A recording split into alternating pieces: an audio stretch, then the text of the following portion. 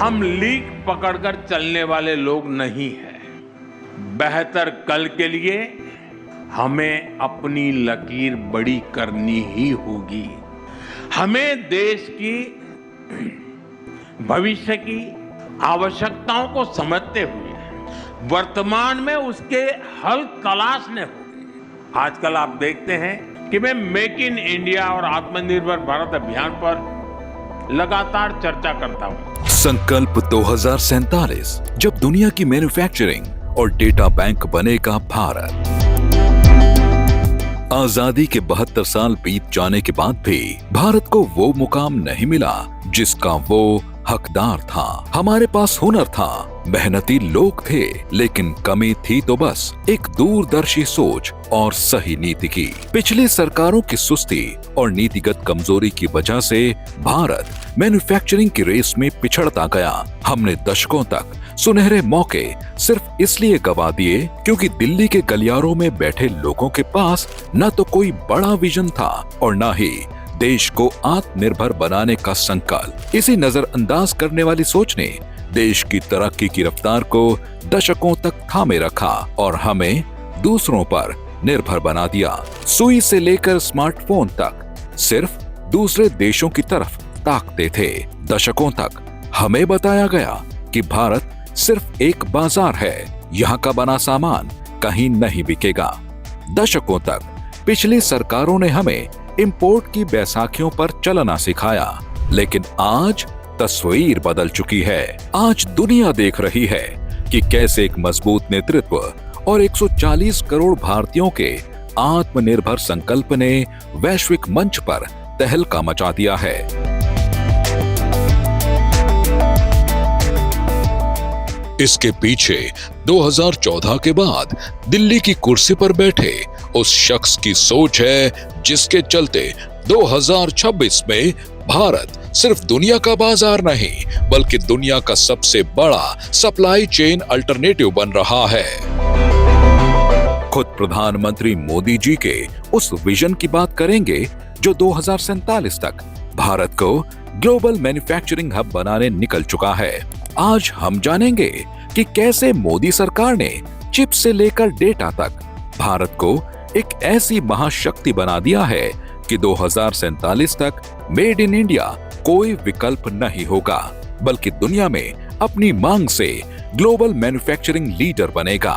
72 साल बनाम 11 साल, नियत का फर्क। वर्ष 2014 से पहले की स्थिति याद कीजिए।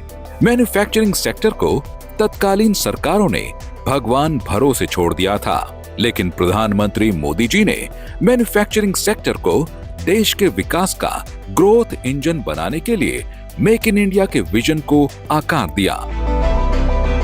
और आज 2026 में जब हम शुरुआती सीढ़ियां चढ़ रहे हैं तो मेक इन इंडिया मैन्युफैक्चरिंग क्षेत्र में नए रिकॉर्ड बना रहा है। वर्ष 2024-25 में भारत का कुल एक्सपोर्ट $824 बिलियन के आंकड़े को पार कर गया।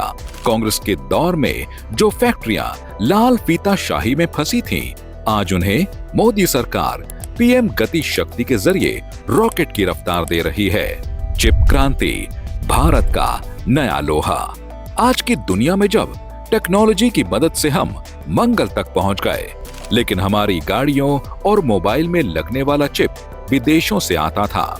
72 सालों तक कांग्रेस सरकारों ने इस ओर देखा तक नहीं और हमारा देश टेक्नोलॉजी के इस दौर में प्रतिभा होने के बाद भी दुनिया से पीछे रह गया। लेकिन आज 2026 में भारत एक नए युग में खड़ा है जहां दुनिया हमारी तरफ देख रही है। इस असंभव काम को मोदी सरकार के विजन ने संभव करके दिखाया है। सितंबर 2025 में भारत ने अपनी पहली स्वदेशी semiconductor made in India chip दुनिया के सामने पेश की। सरकार ने सिर्फ वादे नहीं किए बल्कि 76,000 करोड़ रुपए का फंड जारी कर बताया कि वो विकसित भारत 2047 के लिए प्रतिबद्ध है। आज गुजरात के धोलेरा से लेकर असम के मोरी गांव तक सेमीकंडक्टर के विशालकाय प्लांट लग रहे हैं। अब हमारे स्मार्टफोन और कारों की चिप चीन या ताइवान में नहीं बल्कि गुजरात, और असम की माटी में बनेंगे। डिजिटल मैन्युफैक्चरिंग और डेटा बैंक। हम अपनी हर गारंटी को पूरा करने के लिए पूरी ईमानदारी से काम कर रहे हैं। हमने बिचौलियों को खत्म कर हर लाभार्थी को पूरा लाभ देने की गारंटी दी थी। इसका एक उदाहरण प्रधानमंत्री किसान सम्मान निधि भी है। इस योजना के लाभार्थी हर किसान को 28,000 रुपये सीधे उनके बैंक खाते में भेजे गए। मोदी सरकार सिर्फ लोहे और मशीनरी पर नहीं रुक रही। मोदी सरकार भारतीय डेटा बैंक तैयार कर रही है। जब डेटा सटीक होगा तभी सप्लाई चेन मजबूत होगी।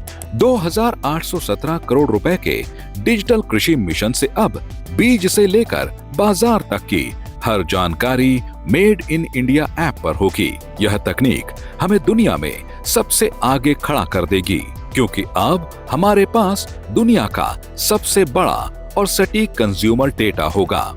मोदी जी का लक्ष्य स्पष्ट है, 2047 तक विकसित भारत। यह सफर जीरो डिफेक्ट, जीरो इफेक्ट के मंत्र पर चल रहा है। आज भारत झुकता नहीं है।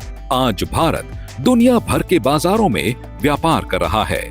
पिछली सरकारों ने हमें गरीबों का देश बनाकर रखा, लेकिन मोदी सरकार ने हमें दुनिया का इंजन बना दिया है। किसी भी देश की असली ताकत उसकी मशीनों में नहीं, बल्कि उसके लोगों के हाथों में होती है। और भारत के पास तो दुनिया का सबसे बड़ा और सबसे युवा वर्क फोर्स है। हमारे पास वो टैलेंट है, वो इंजीनियर्स और साइंटिस्ट हैं जो आज पूरी दुनिया की बड़ी बड़ी कंपनियों को चला रहे हैं। लेकिन पहले की सरकारों ने इस हुनर को सिर्फ विदेश जाने का रास्ता दिखाया। वहीं मोदी सरकार ने इसे भारत में ही रुककर भारत के लिए कुछ करने का मंच दिया है। ये जो मेड इन इंडिया चिप का सपना हम देख रहे हैं, ये सिर्फ सिलिकॉन का टुकड़ा नहीं है, ये हमारे युवाओं की बौद्धिक शक्ति का नतीजा है।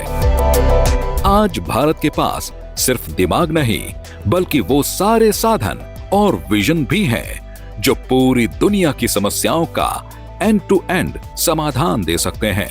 अब भारत सिर्फ टैलेंट एक्सपोर्ट नहीं करेगा, बल्कि उस टैलेंट से बना हुआ वर्ल्ड क्लास प्रोडक्ट एक्सपोर्ट करेगा।